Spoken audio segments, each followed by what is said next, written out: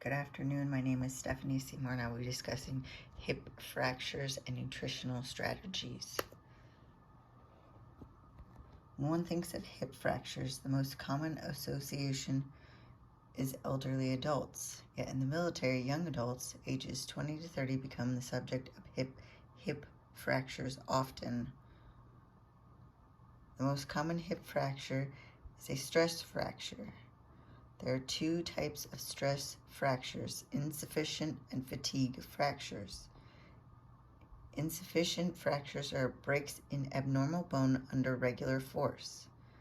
Fatigue fractures are breaks in regular bone under extreme force. Marching or distance running in a repetitive manner causes fatigue fractures.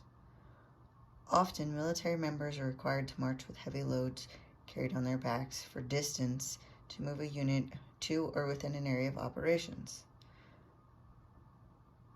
Newer members of the military are subject to higher rates of injury, to include hip fractures due to extremes in training, which most are not accustomed to.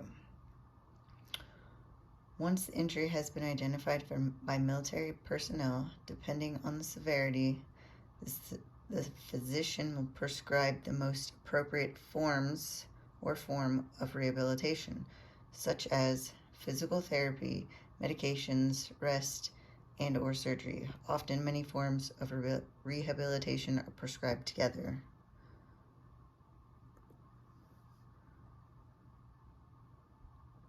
While not commonly considered, nutritional therapy should be considered and reviewed with the patient during the initial exam as well as follow-on appointments. First, the age of the individual needs to be considered for nutritional therapy, such as vitamin minerals, which play an element in the recovery process.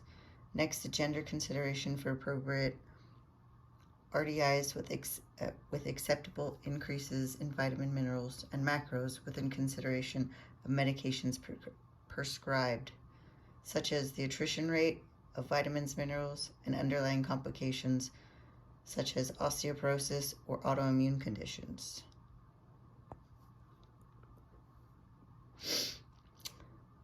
Nutritional therapy recommendations are individual specific. For example, a 22-year-old female with a hip fracture due to excessive stress from military training should be prescribed rest, medication for pain, tolerance as needed, a slight reduction in calories to avoid weight gain, yet keep it within maintenance level, increase in vitamin D and vitamin K for optimal bone mineralization and reconstruction, and developing an energy-efficient, balanced lifestyle to support the nutritional needs of the individual's military specialty occupation. Additional recommendations will vary per patient. I also suggest requesting labs to identify any additional nutritional needs that could further complicate recovery. I chose hip fracture due to the high probability within the military population. For the particular female example, the nutritional prescription is based on the needs of energy balance without excessive amounts of weight gain during recovery. Calories along with vitamins and minerals will aid in the recovery process, as well as an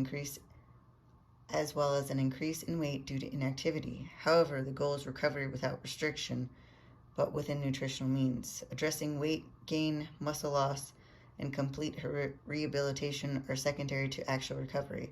Thus, the importance of nutrition without mass restriction.